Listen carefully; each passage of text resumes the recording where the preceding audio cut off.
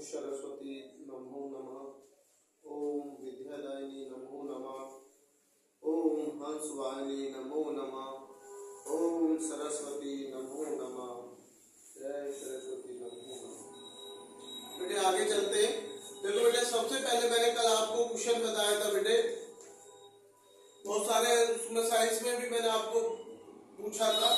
और एक क्वेश्चन था बेटा मेरा जो लास्ट में, भाई चांदी की जो परत थी वो काली किस उससे होती है, या बेटे तांबे की जो है हरी परत। तो मैंने वो आपको लिख दिया गया था, तो उसका संचारण वो आएगा ना बेटा। समझ में ये मैंने आपको बता दिया था कि चांदी बेटे खुले में छोड़ने पे बेटे या उस पर हवा लगने से बेटे उसकी काली परत उसमें जम जाती है। वो मैंने आपको सारी चीजें समझा दी थी बेटे। अब आगे बढ़ते हैं हम बेटे। देखो अच्छे से समझना है बेटे आपको क्वेश्चन साइंस का। बेटे ये एथेनॉल, देखो अच्छे से समझना है बेटे। एक चीज मैं आपको बताता हूं, जैसे एथेनॉल का क्वथनांक कितना होता है बेटे, ये सेल्सियस में भी होता है और केल्विन में भी होते हैं। तो बेटे इसलिए आप अगर केल्विन में लिख रहे हैं तो के लगा देंगे, अगर बेटे सेल्सियस में लिख रहे हैं तो सी लगा देंगे। तो ये बेटे आपको जरूर समझना, कभी बच्चे को ये रहती है भाई ये दो इसके आंसर क्यों है बेटे, केल्विन में है तो के लगा होगा, और अगर बेटे सी है तो सेल्सियस में। समझिए ना बेटे, इसलिए आंसर में कभी डाउट नहीं होना चाहिए। तो मैं क्वेश्चन को समझा रहा हूं, एथेनॉल का क्वथनांक कितना होता है। क्वेश्चन है एथेनॉल का क्वथनांक कितना होता है। तो देखो बेटा ये आंसर केल्विन में है 351,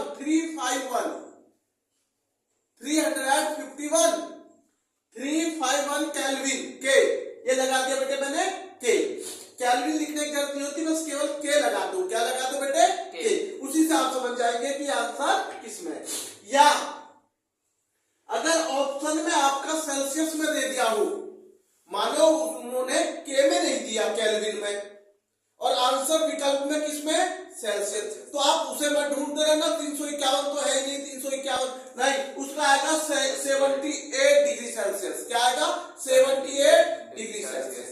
इसलिए मैंने दोनों में आपको बता दिया है, क्योंकि बेटे पेपर में हो सकता है आपके ऑप्शन में सेल्सियस में दिया हो सकता है आपके ऑप्शन में केल्विन में दिया हो।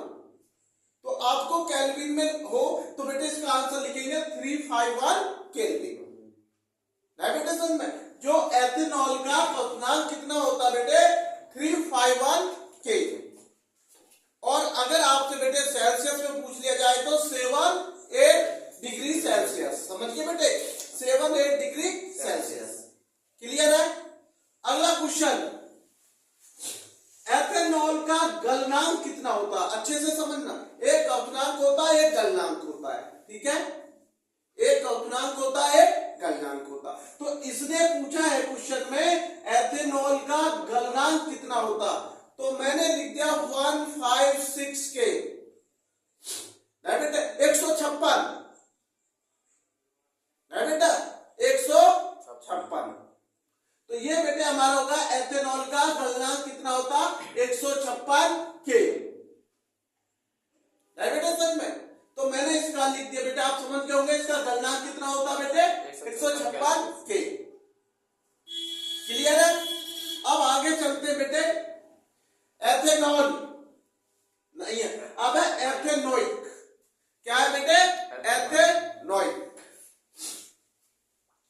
अम्ल का गलनांक, एथेनोइक अम्ल का गलनांक कितना होता है? नहीं पहले बेटे अभी इसका क्वथनांक रह गया, पहले उसका क्वथनांक बताता थर्ड क्वेश्चन पे।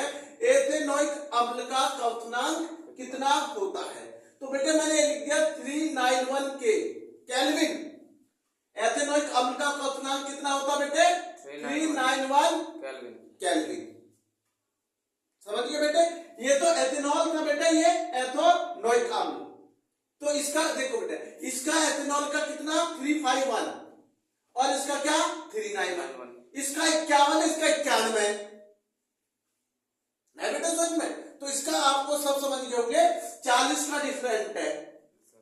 ऐसे याद कर लेते हैं कि एथेनॉल और उसमें जो एथेनोइक अम्ल का जो क्वथनांक है उनमें 40 का डिफरेंट है, वो 351 है, उसमें 40 ऐड कर देंगे तो 391 हो जाएगा। तो आप समझ गए होंगे एटॉमिक अम्ल का कल्पनांक कितना होता बेटे 391 केल्विन 391 केल्विन के लगा दो तो केल्विन की लिखने की जरूरत नहीं के लगा दो उसी से बेटे क्लियर हो जाता है ठीक है। और सेल्सियस के लिए बेटे डिग्री सेल्सियस लगा देंगे तो तुरंत समझ जाएगा हिंदी में आपको या इंग्लिश में लिखने की जरूरत नहीं है। अगला है बेटे एटॉमिक अम्ल का गलनांक कितना होता है बेटे इसका 290 के होता है जैसे बेटे इसका 156 है तो इसका कितना 290 के गलनांक का जो गलनांक का एटॉमिक अम्ल का गलनांक कितना बेटे 290 के। चारों क्वेश्चन बेटे बहुत इंपॉर्टेंट क्वेश्चन है कि एथेनॉल और एथोनिक दोनों का मैंने बेटे कल्पनांक और गलनांक आपको बता दिया। बस आपको ये रखना है कि एथेनॉल का जो हमारा कल्पनांक होता है वो 351 केल्विन है ये 351 केल्विन और उसको सेल्सियस में पूछ लिया जाए तो 78 डिग्री सेल्सियस में। फिर बेटे मैंने आपको बताया गलनांक कितना है इसका 156 की 156 की। दूसरा किसका गलनांक है एथेनॉल का। फिर एथोनिक अम्ल का कल्पनांक कितना है 391 के 391 के। तो किसका एथोनिक अम्ल का कल्पनांक कितना है उसके बाद है बेटे उसका गलनांक कितना है 290 के ये रहा 290 के। आगे चलते बेटे पांचवें क्वेश्चन पर एथेनॉल का रासायनिक सूत्र क्योंकि मैंने आज इनको टारगेट इन दोनों को ज्यादा किया है एथेनॉल और एथोनिक को।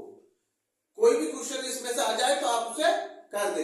मैंने लिखा है बेटे एथेनॉल का रासायनिक सूत्र आप अच्छे से देखिए C2 H5 OH आप अच्छे से समझ लीजिए।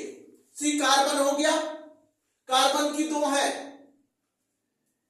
नाइट्रोजन में हाइड्रोजन की कितनी है 5 ऑक्सीजन हाइड्रोजन 1 तो हाइड्रोजन की कुल मिला के क्या होगी 6 हाइड्रोजन कुल मिला के कितनी होगी 6। इसका मतलब इसको मैं अगर मानो विकल्प में ये दे रखा है तो और बाकी ये नहीं है तो ये आंसर लिख सकते हैं। आपको मैंने बता दी भैया कार्बन की 2 है हाइड्रोजन की 5 है ऑक्सीजन 1 है फिर हाइड्रोजन 1 तो हाइड्रोजन कुल मिला के कितनी होगी 6। तो मैंने ये लिख दिया सी की कार्बन की 2 हाइड्रोजन की कितनी 6 और ऑक्सीजन 1। नए भी समझ में तो ये 2 थी मैंने उनको क्या कर दिया ऐसे भी हम लिख सकते हैं इसको बेटे C2 H6 O याद हो गया होगा। अब इसको लिखना चाहिए ये भी राइट है C2 H5 OH क्या है सर ये एथेनॉल का रासायनिक सूत्र है ये ना देखो कितनी आसान कार्बन की 2 हाइड्रोजन की 6 O ऐसे याद कर लो C2 H6 O क्लियर है। आगे चलते हैं बेटा ये है हमारा एथोनिक अम्ल का रासायनिक सूत्र ये तो एथेनॉल था। अब बेटे एथोनिक अम्ल का रासायनिक सूत्र अच्छे से समझ लो C है carbon H C double O में है H नाइट्रोजन में बैठो बेटे जल्दी जल्दी बेटा लेट मत हुआ करो CH3COOH ये है बेटे एथोनिक अम्ल का रासायनिक सूत्र नाइट्रोजन में। ये बेटे हमें बहुत आसानी से याद कर लो अगर C आ रही है तो कार्बन होगी H आ रही है हाइड्रोजन होगी O आ रही है तो ऑक्सीजन होगी। तुम्हें ऐसे याद ये रटना नहीं है ये तुम्हें रटने की जरूरत ही नहीं पड़ेगी एक भी क्वेश्चन की। अरे देख लीजिए C कार्बन कितनी है हाइड्रोजन कितनी है ऑक्सीजन कितनी है नाइट्रोजन कितनी है अमोनिया कितनी है ये सब चीजें आप देख लीजिए। हर चीज का तुम्हें ये पता होना चाहिए कि भाई इसका संकेत प्रतीक क्या है नाइट्रोजन में। तो ये सब चीजें आपको याद करनी नहीं ये केवल आपको सीखनी है। मैंने अभी देखो इसको बताया एथेनॉल का रासायनिक सूत्र एक बार समझ लीजिए आदित्य एथेनॉल का रासायनिक सूत्र C2 H5 इसका मतलब कार्बन की 2 हाइड्रोजन की 5 ऑक्सीजन 1 है हाइड्रोजन फिर आ गई तो 1 हाइड्रोजन है 5 हाइड्रोजन कितनी हाइड्रोजन होगी 6। तो हम इसे ऐसे भी लिख सकते हैं C2 हाइड्रोजन की 6 O ऑक्सीजन। अगर पेपर में हमारा ये आ जाए तो आप इस पर टिक करेंगे ऑप्शन पे, ये नहीं है तो ये दे रखा हो तो आप ये घबराना नहीं है। गुरुजी ने तो ये बताया था Cq2H5OH, नहीं मैंने ये भी बताया Cq2H6O, मैंने दोनों लिख दिए कि बालक कंफ्यूजन ना हो। छोटी क्लास के 10th वालों को दिक्कत होती है, बड़ी क्लास वाले तो मुझे पता कि वो सब जान वो कर लेते हैं, नहीं बेटा सर, क्योंकि उन्हें हम पहले भी बता चुके हैं। आगे चलते बेटे, ये सभी को पता है, इसलिए मैंने बेटे इसको एक बार लिखने का प्रयास किया। कभी कभी कुछ बच्चे ऐसे भी होते बेटे हमारे जो बेटा छोटी चीज को बिल्कुल भी नहीं देख पाते, या बेटे वो ज्यादा याद नहीं करते, नहीं बेटा समझ में हो जाता। कभी कभी छोटी चीज स्कूलों में नहीं बताई जाती, या हो सकता कभी कभी ट्यूशन कोचिंग सेंटरों में ना बताए। तो मैंने ये बता दिया बेटे जल का रासायनिक सूत्र तुमको सबको पता है, H2O पता है जल का, ये तो कॉमन चीज है या नहीं। H2O किसका होता है? H2O जल का। कार्बन डाइऑक्साइड का क्या होगा? CO2। O2 किसका होता? O2 बताइए किसका होता? ऑक्सीजन का क्या होता? याद क्यों नहीं करते हो? कार्बन डाइऑक्साइड का क्या होता? CO2। एक मैंने लिखा आपको अच्छे से समझना भाई, ग्लूकोज क्या का रासायनिक सूत्र। ऑक्सीजन का मेरे को कमेंट करके भेजेंगे, टाइम आपको देखता हूं कितने बालक पीछे है। ग्लूकोज का रासायनिक सूत्र, ग्लूकोज अच्छे से समझना, देख कितना बढ़िया है। कार्बन की 6, ये 6 की 12 होगी, हाइड्रोजन की दुगनी। देखो अच्छे से समझ ली, कार्बन 6, हाइड्रोजन 12, देखो ऑक्सीजन 6। जो मैंने 6 से शुरू थी, देखो अच्छे से समझ लो, ये भूल नहीं सकता आप ग्लूकोज का। C6 कार्बन की कितनी हुई? 6 का दुगना 12, हाइड्रोजन की 12 होगी, और जो कार्बन की थी वो इसमें से ऑक्सीजन की है। कितनी ऑक्सीजन की? 6। तो भूल जाओगे क्या? कार्बन 6, हाइड्रोजन 6, ऑक्सीजन 6, वो 12 हो जाएगी। क्या हो जाएगी? 12 हाइड्रोजन। नए एपिसोड में कार्बन 6, हाइड्रोजन 12, ऑक्सीजन 6। इसका मतलब C6 H12 O6। क्लियर है? ये किसकी है? ग्लूकोज। ये मैं आपसे पूछूंगा अभी सेकंड दो, मुझे बताइए कार्बन की क्या है रासायनिक सूत्र? कार्बन डाइऑक्साइड का CO2। कार्बन डाइऑक्साइड का क्या है? CO2। जल का क्या है? H2O। ग्लूकोज का क्या है? इसका मतलब C6 H की 12 O की 6। क्लियर है? एक मैंने बताया था अभी आपको, एटॉमिक अम्ल में गलनांक कितना होता है? 290 के। कितना होता? 290 के। मैंने आपको बताया था नॉल का रासायनिक सूत्र, ये देखिए Cq2H5OH। फिर मैंने इसको किस में सॉल्व करने की कोशिश की? Cq2H6O। क्लियर है भाई? अब इसमें मैं ज्यादा ध्यान आपको नहीं दूंगा, आप इस पे आगे बढ़ेंगे खुद। और मैंने आपको ऑक्सीजन का वो छोड़ दिया है, कमेंट में करके लिखना, वो मैंने गलत बताया आपको जानबूझ। अब आप देखेंगे सही है वो गलत है। ठीक है बेटे, आगे चलते हैं। मैं एक क्वेश्चन आपसे पूछना चाह रहा हूं बेटे, इसको थोड़ा मिटा दूं। बेटे एक चीज बताइए मुझे, हमने कल आपको बताई थी चांदी किसके कारण काली परत हो जाती है? तांबा किसके कारण हरी जम जाता है? ऑक्सीकरण के कारण। किसके कारण? ऑक्सीकरण के लिए तांबा क्या हो जाता? हरी परत। चांदी को खुली हवा में छोड़ने पर या उसमें हवा लग जाती है, नमी के कारण क्या हो जाती है? वो काली हो जाती है। नहीं बेटा समझ में? तो जब तक वो बंद है, जब तक वो आपको चमकती रहेगी है, कुछ दिन बाद वो काली हो जाती है। लेकिन जो अच्छी चांदी होती है वो जल्दी से भी काली नहीं होती है भाई, ये भी ध्यान रखना। लेकिन यह है कि बेटे हवा में होंगी सब, क्या होंगी बेटे? हवा में होती सब है। जैसे लोहे में जंग लगने के लिए हम किसको बचाव क्या करते हैं? पेंट करते हैं, जिससे कि बेटे उसमें नमी का कोई असर ना पड़े। तो हर चीज का बेटा एक अपना अपना लॉजिक है। जैसे मैंने आपसे एक क्वेश्चन पूछा था, इसे बताएंगे आदित्य। आदित्य ये बताइए कितनी सेंटीमीटर और स्वस्थ नेत्र के लिए हमें 25 centimetre, 25 metre, 10 centimetre, 10 metre, 25 centimetre. बहुत बड़ा। मेरा एक क्वेश्चन है, अमोनिया सुना ना, अमोनिया गैस सुना है ना, ammonia, ammonia gas, ammonia gas का क्या रासायनिक सूत्र होता है? मैंने लिख दिया अमोनिया, अमोनिया का रासायनिक सूत्र बताइए, रासायनिक सूत्र बताइए भाई, क्या होगा इसका अमोनिया का रासायनिक सूत्र, या अमोनिया का वो क्या होगा? NH3 क्या होता? ये होता है इसका N नाइट्रोजन, हाइड्रोजन की 3, ये हो गया। N तो एक ही है, हाइड्रोजन कितने? अमोनिया का कितना हो गया? NH3 कितना हो गया? NH3। क्लियर है? एक मैं पूछना चाहता हूं आपसे बेटे कि सल्फ्यूरिक एसिड सुना है? बिल्कुल सुना होगा, सल्फ्यूरिक एसिड। हाँ, तो इसका क्या होता है? H2SO4। सल्फ्यूरिक एसिड का क्या होता है? H2SO4। क्या होता है सल्फ्यूरिक एसिड का? H2SO4। ये होता H2SO4 सल्फ्यूरिक एसिड। नहीं बेटा समझ में, सल्फ्यूरिक से ले आधा फे कर लो, सल्फ्यूरिक एसिड क्या होता बेटे? सल्फ्यूरिक एसिड का क्या होता? H2SO4।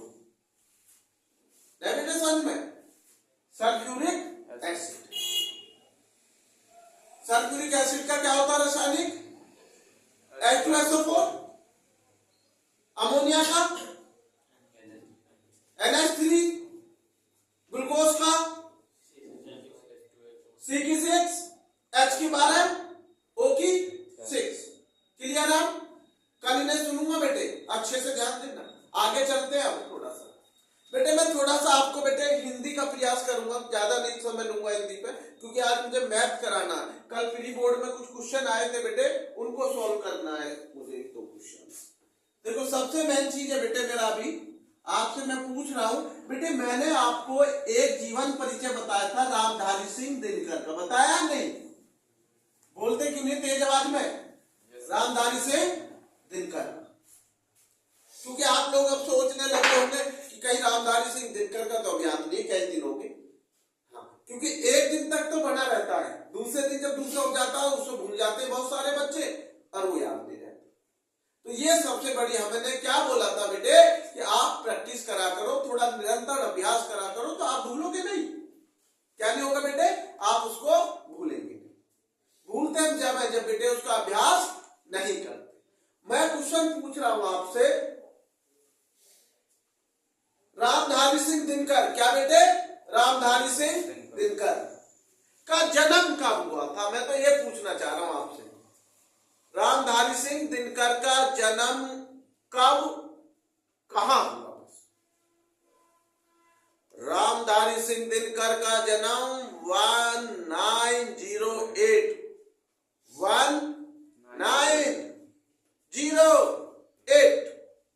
में हुआ। किसका? रामधारी सिंह 1908। गुरुजी कहां हुआ था जन्म? हमने आपको बताया था भैया, इनका जन्म स्थान बिहार राज्य में के मुंगेर जिले के सिमरिया गांव में हुआ। सिम हमने बोला नहीं था कि नुसिम याद रखो, रिया, जैसे लड़की का नाम किसी बच्चे की या रिया नाम है बच्चे का, है? और सिम आप फोन में चलाते हो, सिम रिया, जो सिम लिया रिया, तो क्या हुआ? सिम रिया। जिला कौन सा हुआ? मुंगेर। कहां पर है मुंगेर? बिहार में। तो बिहार में किसका जन्म हुआ? रामधारी सिंह दिनकर का। फिर भूल जाओगे क्या हमने इतना बताया? रामधारी सिंह दिनकर का जन्म 1908 में बिहार के मुंगेर जिले के सिमरिया गांव में हुआ था। नहीं बेटा समझ में? अब हम आपसे पूछेंगे इनके पिता का नाम क्या है, इनकी माता का नाम क्या है? पिता का नाम बहुत सिंपल है, रवि सिंह। क्या है? रवि सिंह। और माता का नाम श्रीमती मनरूप देवी, श्रीमती मनरूप देवी। तो क्या हुआ? मनरूप देवी। पिता जन्म स्थान बिहार के मुंगेर जिले के, जन्म स्थान बता दिया हमने, जन्म कब हुआ? 1908। और हमने आपको इनके बारे में एक चीज और बताई थी कि भैया ये जो 74 में मृत्यु हो गई थी, 1974, ये 66 वर्ष जीवित रहे। कितने रहे? 66 वर्ष। तो इसका मतलब कब मृत्यु हुई? 1974। बताया था या नहीं बताया? और एक चीज और इन्हें हमने आपको बताया था, राष्ट्र कवि रहे। क्या रहे ये? राष्ट्र कवि। इन्होंने बेटे बीए पटना विश्वविद्यालय से ऑनर्स से किया था। पटना विश्वविद्यालय के हिंदी विभाग के अध्यक्ष भी रहे और बेटे कुलपति भी रहे। ये जो भागपुर के जो है विश्वविद्यालय के कुलपति भी रहे, वाइस चांसलर कुलपति। और आप सभी को पता है बेटे कि इनके जो बेटे राज्यसभा, जैसे कहते हैं ना राष्ट्रपति द्वारा, ये बेटे राज्यसभा के जो कहते हैं ना सदस्य भी हो रहे। और रचनाएं तो बेटे इनकी अनेक बहुत महत्वपूर्ण रचना नहीं बेटे। समझ में हमने एक बताई थी, रेती के फूल। क्या बताई थी? रेती के फूल। वो किसकी है? रामधारी सिंह दिनकर। रश्मि रति किसकी है? रामधारी सिंह दिनकर। हमने बताया था कुरुक्षेत्र, कुरुक्षेत्र सबको याद है, जब महाभारत में लड़ाई हुई थी, लोग कहां हुई थी? कुरुक्षेत्र में हुई। कुरुक्षेत्र किसकी रचना? रामधारी सिंह दिनकर। महाभारत में चक्रव्यूह भी था। क्या था महाभारत में? चक्रव्यूह। जो अभिमन्यु अर्जुन के पुत्र चक्रव्यूह में उन्होंने फंसाकर उसकी मृत्यु कर दी गई थी। चक्रव्यूह। ऐसे हमें सोचना चाहिए चक्रव्यूह नया वर्ड कहां से आया? अरे चक्रव्यूह तो महाभारत में भी नाम सुना था, कुरुक्षेत्र का भी महाभारत में नाम सुना था। आप अपनी संतुष्टि के लिए ऐसा नाम याद कर लिया करें जिससे आप भूले ना। कुरुक्षेत्र किसके भाई? रामधारी सिंह दिनकर की। चक्रव्यूह किसकी रचना भाई? रामधारी सिंह दिनकर। उर्वशी किसकी रचना है? रामधारी सिंह दिनकर। बताइए। आहाकार, आहाकार किसकी है? रामधारी सिंह दिनकर। रेती के फूल किसके है? रामधारी सिंह दिनकर। अब नहीं भूलेंगे यार, इतनी रचना हमने आपको बता दी, मृत्यु हमने बता दी, 1974 जिला बता दिया। अब भी भूल जाओगे क्या रामधारी सिंह दिनकर का जीवन? पेपर में आ सकता भाई। मेरा अपना व्यक्तिगत मानना है कि 90% पेपर में आ सकता है रामधारी सिंह दिनकर। क्योंकि बेटे कभी कभी मिस हो रहा नहीं, ज्यादातर रामधारी सिंह दिनकर, क्योंकि राष्ट्र कवि थे, अच्छे कवि लेखक को मानते हैं ना बेटा। अच्छे से याद कर लेना। कोई समझ में ना आए तो कमेंट लिख देना, मैं आपको उसका आंसर फिर दे दूंगा। आप बस मन लगा के पढ़िए बेटे, मन लगा के कार्य करते रहिए, आप असफल नहीं होंगे। नहीं बेटे सच में सफलता जो मांगती है बेटे वो समय और बेटे त्याग मांगती है। सफलता क्या मांगती है बेटे? त्याग और समय। त्याग, पढ़ाई के लिए आपको नींद त्यागनी होगी, सुख त्यागना होता है और अध्ययन करना होता है। मैंने कहा कोई भी कार्य करोगे समय और त्याग मांगेगी, वही शिक्षा का है बेटे। ये समय भी मांगेगी आपसे और आपका सुख भी त्यागना पड़ेगा आपको। कहते हैं ना जो सुख चाहता उसे विद्या नहीं, और जो विद्या चाहता उसे सुख नहीं। सुख चाहने वाले को विद्या नहीं मिलेगी और विद्या चाहने वाले को सुख नहीं मिलेगा। ये हमारी एक सुख वो भी है बेटे, एक छोटा सा पद्यांश संस्कृत में सुखेन भक्ति है ना। तो सुख चाहते हो तो विद्या भूल जाओ और विद्या चाहते हो तो सुख। अब वो आपके ऊपर है बेटे कि आपको क्या चाहिए, लंबा सुख चाहिए या कम समय के, है ना। तो ये विद्या आपको चाहिए, है ना। तो बेटे मैं आगे चलता हूं। मैंने कल आपसे पूछा बेटे, ये तो हो गया आपका। एक चीज बताइए मुझे, पुत्री का पर्यायवाची क्या होता है? पुत्री के दो पर्यायवाची मुझे बता दीजिए। पुत्री के, एक तो बेटी हो गया, ये तो सब जानते हैं, पुत्री का एक बेटी हो गया। नहीं बेटे, एक होता बेटे सुता, बेटी का क्या होता? सुता। हाँ, बेटी सुता। नहीं बेटे समझ में। पिता का मैंने कल बता दिया था, बाप तात बता दिया था। बहुत अच्छा। तो ये कुछ ऐसे पर्यायवाची जो आते हैं। दो मुहावरे मैं आपको बता रहा हूं, मैं पहले भी कह चुका हूं, ये बार बार पेपर में आते हैं। है बेटा समझ में? नुकुर जी क्या, जैसे अंगारे बरसना, बहुत अत्यधिक गर्मी पड़ना या बहुत अधिक गर्मी पड़ना, है बेटा समझ में? ऊंट के मुंह में जीरा, अपर्याप्त वस्तु, आधा पीतल आधा बटेर, अधूरा ज्ञान। क्या बेटे? अधूरा ज्ञान।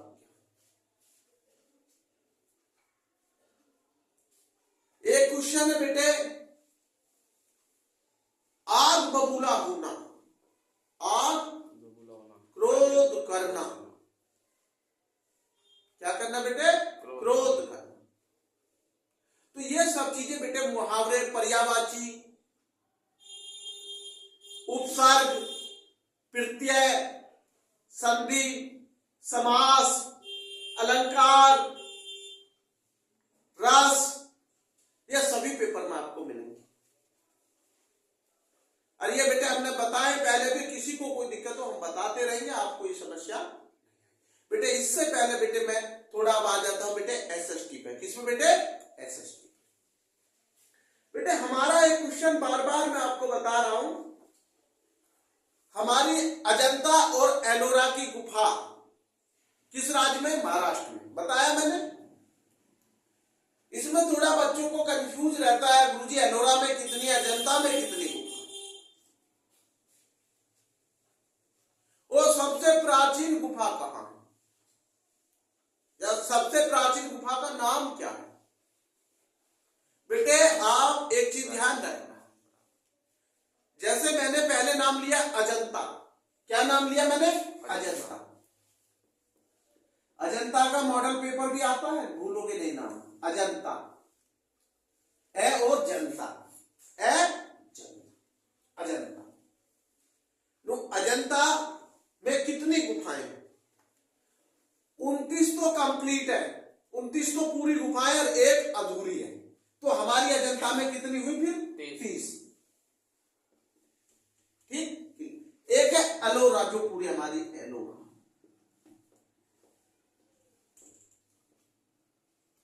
ये 34 है। क्या है? ये मैंने आपको पहले बता दी, पूर्ण रूप से है, अधूरी इसमें कोई भी नहीं है, 30। लेकिन क्वेश्चन जो आता है कि भाई सबसे प्राचीन गुफा कौन सी, क्या नाम है उसका? बराबर। क्या नाम है उसका? बराबर। और वो बिहार में है। नाम भी अजीब है, सोचेंगे पता नहीं बराबर इक्वल का चिन्ह पूछ रहे गुरुजी, बराबर नहीं, बराबर उसका नाम है गुफा का, और कहाँ है? बिहार में। सबसे प्राचीन गुफा बराबर है, जहां? बिहार में। क्लियर है? आगे चलते, हमने आपसे एक क्वेश्चन पूछा था, अच्छे से याद करना, बहुत अच्छे से। वो को आप बताएंगे,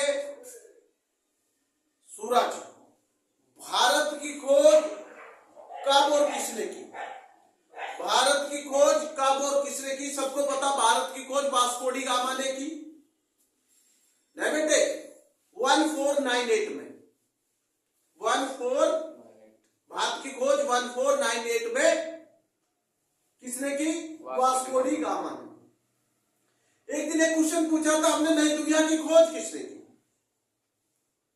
नई दुनिया की खोज, नई दुनिया अमेरिका ही है, समझ लो। जो बच्चों ने उस समय दिया है, नई दुनिया की खोज किसने की? कोलंबस ने। अमेरिका की खोज किसने की? कोलंबस ने। क्योंकि नई दुनिया अमेरिका ही है बेटे। वो क्वेश्चन बदल के आपको नाम ऐसे दे दिया, आप उस पर सोचने पे मजबूर हो गए कि नई दुनिया कौन सी आ गई। नई दुनिया की खोज कोलंबस ने की थी, नई दुनिया की अमेरिका है। क्लियर है?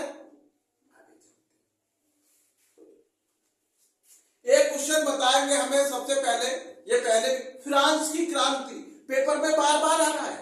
कल भी मैंने देखा था, उसमें जो प्री बोर्ड चल रहे हैं, तो उसमें पहला ज्यादातर क्वेश्चन जो था, ये पहला दिया हुआ था कि फ्रांस की क्रांति कब हुई? किसकी बेटे? फ्रांस की। ये लिख दिया हमने, फ्रांस।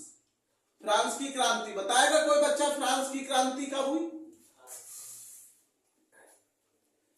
फ्रांस की क्रांति हुई 1789 में। कब हुई फ्रांस की क्रांति? 1789 1789। कोई गलती ना करे, फ्रांस की क्रांति हुई 1789। क्लियर है? 1789 फ्रांस की क्रांति। कोई बात, ये तो हो गया बेटे। अगला क्वेश्चन बेटे अच्छे से सुनो। एक है कॉर्नर लॉ। हमने पहले भी बता रहे थे बेटे, आ सकता कॉर्नर लॉ। ये कॉर्नर लॉ अच्छे से समझ लेना भाई। कॉर्नर लॉ से संबंधित देश कौन सा है? कॉर्नर लॉ से संबंधित देश का नाम बताना केवल। ये भी पेपर में था कल। कॉर्नर लॉ से संबंधित कौन सा देश है, या कॉर्नर लॉ किस देश से संबंधित है? क्वेश्चन को उसमें समझ किस देश से संबंधित है, या कॉर्नर लॉ का संबंध किस देश से? कोई बच्चा बताएगा? ये ब्रिटेन। क्या है इसका कॉर्नर लॉ का संबंध? ब्रिटेन से। किससे बेटे? ब्रिटेन। समझ गए होंगे ब्रिटेन का। ये लिख दिया ब्रिटेन। कॉर्नर लॉ का संबंध किससे बेटे? ब्रिटेन। समझ जाएंगे। और उससे पहले मैंने आपको बताया था फ्रांस की क्रांति 1789। अच्छे समझना। कितने एसएसटी के बोल चुका हूं। वास्को डी गामा, नई दुनिया, भारत की खोज। ये नहीं है कि जो लिखा वही क्वेश्चन। आपको वो क्वेश्चन भी लिखने हैं जो बेटे मैं बुझवानी आपको बोलता हूं मौखिक, जब तो आपको मजबूत होंगे। ये कोई हर क्वेश्चन ब्लैक बोर्ड पर लिखा जाएगा तो इतना टाइम कहां से आएगा बेटे आपको? तो सबसे मेन चीज है बेटे फ्रांस की क्रांति हमने आपको बता दी। Corner law. अब मैं पूछ रहा हूं पंजाब में, पंजाब सब जानते स्टेट है हमारे देश का, ये तो सभी जानते। पंजाब की राजधानी चंडीगढ़ है, हरियाणा की राजधानी भी चंडीगढ़ है। ये दो ऐसे राज्य हैं जिनकी राजधानी एक है, हरियाणा और पंजाब, जिनकी राजधानी चंडीगढ़। हमारे भारत में ऐसे दो राज्य हैं जिनकी केवल एक राजधानी है, और वो राज्य कौन से? पंजाब और हरियाणा। क्लियर है? ये चीज भी आपको मैंने बता दी। कुछ बच्चों को ना पता हो बेटे, फिर भी बेटे आपको बता देनी चाहिए। हो जाता है कभी कभी कोई नॉर्मल क्वेश्चन भी हमारे दिमाग से निकल जाता है, कोई बड़ी बात नहीं है बेटे। आगे चलते बेटे। मैंने पूछा पंजाब का निम्नीकरण। पंजाब में भूमि, भूमि सब जानते हैं किससे? खेती। पंजाब में भूमि का निम्नीकरण का कारण क्या है, या मुख्य कारण क्या रहा? पंजाब में, समझिए क्वेश्चन को, पंजाब में क्या बेटे? पंजाब, ये मैं मिटा दे रहा हूं। पंजाब में भूमि का निम्नीकरण का मुख्य कारण क्या है? पंजाब में भूमि का निम्नीकरण का मुख्य कारण क्या है? जैसे मैंने लिख दिया पंजाब में, पंजाब में भूमि का निम्नीकरण है बेटा। निम्नीकरण का क्या कारण है? का मुख्य कारण। मुख्य कारण क्या है? मुख्य कारण क्या है? क्या है बताइए? भूमि का निम्नीकरण पंजाब क्या है? ये क्वेश्चन लेते हैं मैंने मान। पंजाब में भूमि का, पंजाब में भूमि का निम्नीकरण का मुख्य कारण क्या है? अत्यधिक सिंचाई। क्या है बेटा इसका निम्नीकरण का मुख्य कारण? अत्यधिक सिंचाई। ये लिख दिया मैंने अत्यधिक। आंसर अत्यधिक सिंचाई। समझ गए होंगे? पानी लगाना अधिक है ना। सिंचाई किस कहते हैं? पानी। ये लिख दिया सिंचाई। समझ गए? अत्यधिक सिंचाई के कारण पंजाब में भूमि का निम्नीकरण का कारण है। क्लियर है? किसी को कुछ पूछना है इस क्वेश्चन पे? एक क्वेश्चन है बेटे हरित क्रांति, सुना होगा। जैसे एक श्वेत क्रांति है, ऐसे बेटे एक हरित क्रांति है। क्या है बेटे? हरित क्रांति। हरित क्रांति किससे संबंधित है? क्वेश्चन मैं ये पूछ रहा हूं आपसे, हरित क्रांति किससे संबंधित है? दूध उद्योग से, कृषि क्षेत्र से, या मत्स्य से, या बेटे उद्योग धंधों से? कोई भी ऑप्शन में आ गया। तो मैंने क्वेश्चन पूछा हरित क्रांति किससे संबंधित है, तो बेटा इसमें आएगा कृषि के उत्पादन से। किससे है ये हरित क्रांति? कृषि उत्पादन से। है बेटा समझ में। हरित क्रांति किससे संबंधित है बेटे? कृषि उत्पादन से। समझ गए? हरित क्रांति किससे? कृषि। पंजाब का निम्नीकरण किसके कारण है? अत्यधिक सिंचाई के कारण। एक है बेटे अच्छे से आप समझना है, आपने कोडरमा सुना होगा, कोडरमा, क्या? कोडरमा का ओ दे रे मा, कोडरमा। अच्छे से देख लीजिए कोडरमा, खूब अच्छे से कोडरमा। कोडरमा किस खनिज, नहीं बेटे समझ में, किस खनिज का बेटे अग्रणीय उत्पादन है? बताइए। मैंने आपके ऊपर छोड़ दिया, किसके ऊपर है आप बताइए। मैंने पूछा कोडरमा, क्या पूछा बेटे? कोडरमा। कोडरमा किस खनिज का अग्रणीय उत्पादन है? बताइए। अभ्रक किसका है बेटे? कोडरमा अभ्रक का, इसका बेटे अभ्रक।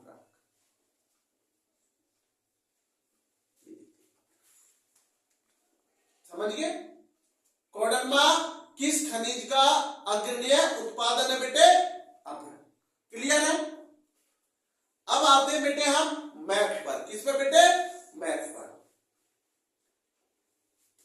एक क्वेश्चन आपसे पूछ लेता हूं, मुझवानी लिखूंगा नहीं, आप बताएंगे भाई सूरज,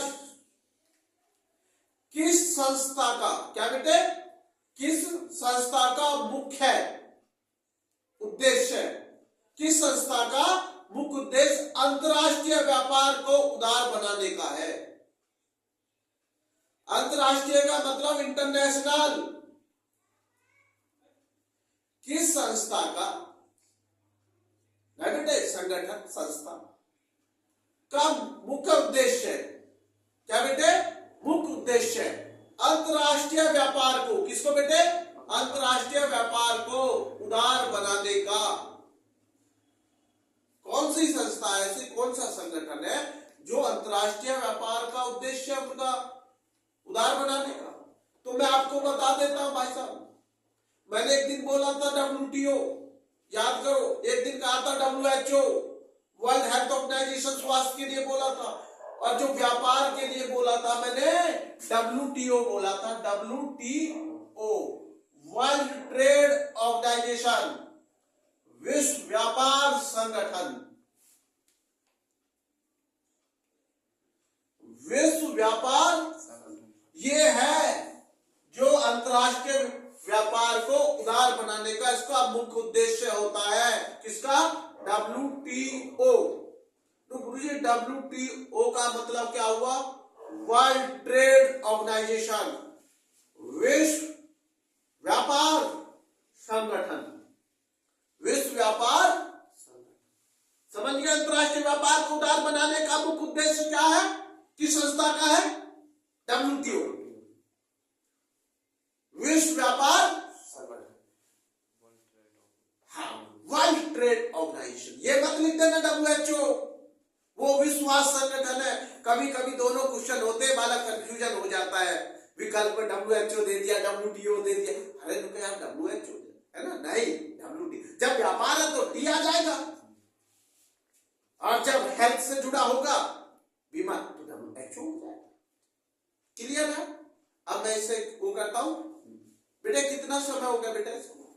एक बार देखिए, 39 मिनट। हाँ, मैथ कराता हूं बेटे। क्या कराता हूं? मैथ। बेटा एक कल क्वेश्चन था, अच्छे से समझना भैया, स्टैटिक्स में क्वेश्चन था 4 नंबर में प्री बोर्ड में। तो बच्चे थोड़ा सा उन्होंने कहा सर हमने कहा भाई कल हम वीडियो में कर देंगे, कोई बात नहीं। तो सबसे मेन चीज है बेटे, अच्छे से आप समझिए।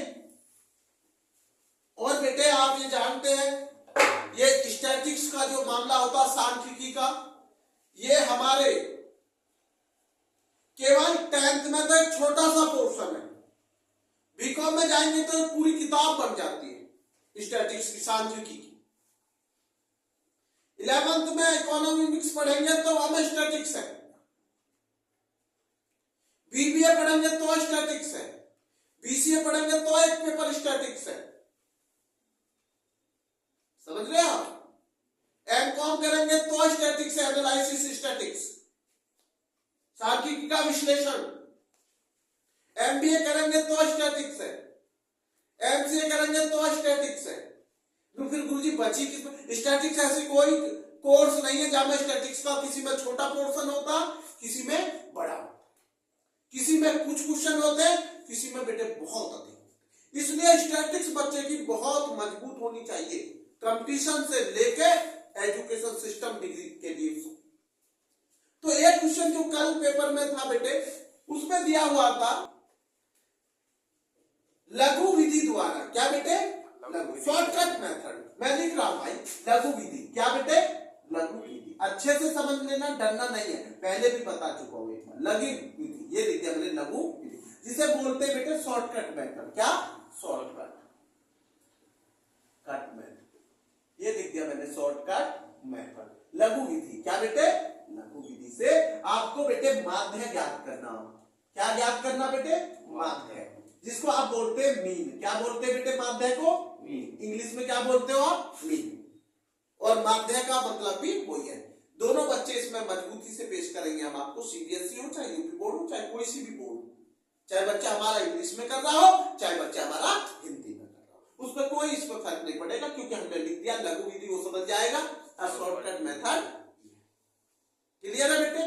क्वेश्चन में आपको लिख रहा हूं, हल करूंगा, समझ में ना आए तो आप फिर पूछ लेना बेटे, समझाने के लिए मना नहीं है। क्वेश्चन ये है बेटे आपका, मैंने लिख दिया बेटे क्लास इंटरवल। क्या लिखा बेटे? Class interval. जो पेपर का क्वेश्चन है मैं उसी को ज्यादा टारगेट कर रहा हूं, जो बेटे कल आया था बच्चों का 0 से 10। एक मीन भी आया था बेटे, क्या आया था? मीन आया था, एक आया था बेटे मीडियन। मीडियन कल ले लेंगे अगर टाइम नहीं बचा। 0 से 10, 10 से 20, ये हमारा ज्यादा दिया जाता है इस टाइप से पेपरों में। 0 से 10, 10 से 20, 20 से 30 और 30 से 40 और 40 से 50। दिए जाने के लिए तो कुछ भी हो सकता, रटना नहीं है। 0 से 5 भी हो सकता, 5 से 10 भी हो सकता, वो तो एक अलग है। लेकिन ज्यादातर फ्रीक्वेंसी इस टाइप में दिया हुआ, 0 से 10, 10 से 20, 20 से 30, 30 से 40, 40 से 50। ठीक, उसके बाद आता बेटे F 3 2 4 1 2। ये क्या है बेटे? बारंबारता, फ्रीक्वेंसी है भाई। F क्या है बेटे? फ्रीक्वेंसी। दूसरा अब हमें क्या करना है, आपको कुछ ज्यादा नहीं करना, 3 कॉलम बना दीजिए। मैं हमेशा कहता हूं भाई कॉलम पहले तैयार रखा करो। अगर आपको कॉलम पता है किस किस चीज के बनेंगे तो क्वेश्चन गलत करने के कम चांस होते हैं। क्या होते बेटे? कम। जब आपको यही नहीं पता होगा कि 3rd कॉलम किसका बनेगा, इसमें 4th कॉलम किसका बनेगा, तो भाई कैसे क्वेश्चन हल कर लोगे? तो हमेशा मैं बच्चों से कहता हूं बेटे आप कॉलम बनाइए। ये मैंने कॉलम 3 खींच लेता हूं, मेरा इससे बात ये खींच रहा हूं मैं, आप देखिए। मैं पहले ये बना दिया बेटे मैंने कॉलम, बस। गुरुजी ये किसका? मैं x निकालूंगा, इसमें क्या निकालूंगा? d निकालूंगा, वो x माइनस a। गुरुजी इसमें क्या करोगे? f गुना d करूंगा। ये अब मुझे पता चल गया कि मुझे क्या क्या करना है। सबसे पहले आप इस पर फोकस करिए, गलत नहीं होगा। x आपको मैं बता चुका हूं बेटे, दोनों संख्या को क्लास इंटरवल की को जोड़ो और 2 का डिवाइड कर दो, या दोनों को जोड़ो आधा कर दो। बात एक ही है। 0 10 10, 10 का आधा 5, या 10 में 2 का भाग देके डिवाइड, जब भी 5 आएगा, इसमें कोई आपको डाउट। ये जोड़े 30 हो गया 30, और हाफ कितना हो गया? 15। आप समझ गए होंगे 25 35 45। अब मुझे ये कॉलम मेरा पूरा हो गया, देखो आप समझ लीजिए। सब x निकालना आ गया सब बच्चों को, कोई डाउट? अब हम निकालेंगे d। क्या निकालेंगे? d। और d हमने आपको बताया कि भैया x में से a घटा लो। किसमें से? x में से a। नो सर x तो सबके अलग अलग है। हाँ, x सबके अलग है। जैसे मानो हमने आप में से एक बच्चा खड़ा कर दिया और आपसे बोले कि भाई ये बच्चा खड़ा होकर बोलेगा और आप सब इसके साथ पीछे पीछे बोले, तो पीछे बोलने वाले तो सब x है, और एक ये बच्चा, तो ए तो एक है। और हमने बताया बीच वाला भी ये ले सकते हैं आपके टीचर, कोई भी स्कूल में कॉलेज में, ये भी ले सकते हैं, ये भी। ये मैं कहता हूं भाई सबसे छोटा ले लीजिए, तो आपको माइनस से नहीं लड़ना पड़ेगा। तो मैंने सबसे छोटा ये लिख दिया, एक्स में से सबसे छोटा मेरा ए हो गया, ये समझ गए। या बहुत से हम यहां पे भी लिख लेते हैं ए बराबर 5, ये जो नहीं है कि बेटे हम, क्लियर। अब तो ये समझ में आ गया सब में से क्या घटना बेटे, सब्ट्रैक्ट 5, क्योंकि x माइनस ए है, जी निकालने का फॉर्मूला देख लीजिए, x माइनस ए। पहले की x कितनी है 5, कितनी है बेटे 5, और a 5, ये तो 0 आ गया नहीं आई। इसके 10 20 देख लो अच्छे से, 30, और ये बेटे हमारा 40, अच्छे से देख लो, कोई वो नहीं। सब में से 5 घटा, 5 is 5 का 0, 15 10 20 30 40, ए घटाया मैंने, कितना क्या घटाया बेटा ए, सब्ट्रैक्ट किया मैंने ए। और अब तो बेटे एफ गुना डी, जो एफ है आपका ये रहा बेटे फ्रीक्वेंसी, और डी बेटे आपकी 0 है, 3 0 0। कुछ बच्चे 3 लिख देते, ये गलती मत करना। जब 0 की मल्टीप्लाई करेंगे तो 0 आएगा, जब डिवाइड करेंगे 0 की तो 0 आएगा। डिवाइड में भी उसका इफेक्ट नहीं पड़ेगा, 0 आएगा। 0 को डिवाइड करोगे किसी में तो 0 की मल्टीप्लाई करोगे तो 0। बहुत से बच्चे वो लिख देते हैं जो संख्या होती है, नहीं ये गलती मत करना है ना बेटे। तो ये 0 हो गया, और ये बेटे हमारा क्या हो गया 20, कितना हो गया 20, और ये कितना हो गया बेटे 80, समझ गए। ये दोनों की मल्टीप्लाई, ये कितना हो गया 30, और ये कितना हो गया बेटे 80। अब इनको जोड़ लो बेटे, सिग्मा एफ डी, क्या बेटे सिग्मा एफ डी को जोड़ लो, ये बेटे 0 हो गई, 8 तो 10 13 है, और बेटे 13 8 21, ये हो गया 210। कितना आ गया बेटे ये 210 आ गया टोटल। या मैं यहां लिख देता हूं 210 का भी ना चल के, ठीक है बेटा, क्या लिख दिया सिग्मा एफ डी। और ये आपको पता भी 80 80 160, और 160 और 50 210, ये छोड़। अब आ जाइए सिग्मा एफ, क्या बेटे सिग्मा एफ, ये जोड़ दीजिए, ये 5 4 9 9 1 10 10 2 12, 3 4 3 7 7 2 9 9 3 12। दोनों तरीके ऊपर नीचे जोड़ लिया करें, जल्दबाजी नहीं करते, कोई गलती होने से पूरा सवाल 0 में नहीं है ना। तो अब आपको बेटे इसका फॉर्मूला क्या है, मीन बराबर, या बेटे आप समझ गए होंगे माध्य बराबर है, माध्य बराबर। तो मैंने आपको लिख रहा हूं A plus sigma F D upon sigma F, ये लिखो A plus sigma F D upon sigma F, clear है। ए कितना है बेटे 5, ये रहा बेटा 5 है, प्लस का चिन्ह लगाओ। ये कितना बेटे सिग्मा एफ डी 210 है ना, और एफ कितना 12। यहां तक मुझे बताइए किसी बच्चे को कोई दिक्कत, क्लियर है। अब बेटे ये गलती मत करना, बहुत से बच्चे 5 में कभी इसको जोड़ दो और जब डिवाइड दोबारा कर रहे बेटे, पहले 12 का 210 में डिवाइड करेंगे, जो आएगा उसे 5 में ऐड कर देंगे, आंसर आ जाएगा।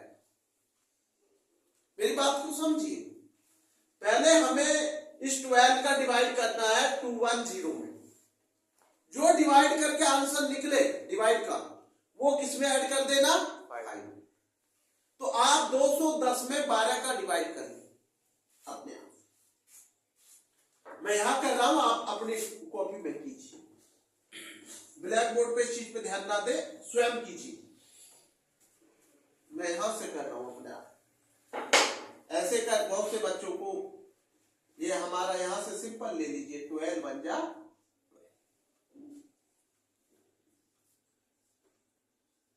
ये 9 बचा 0,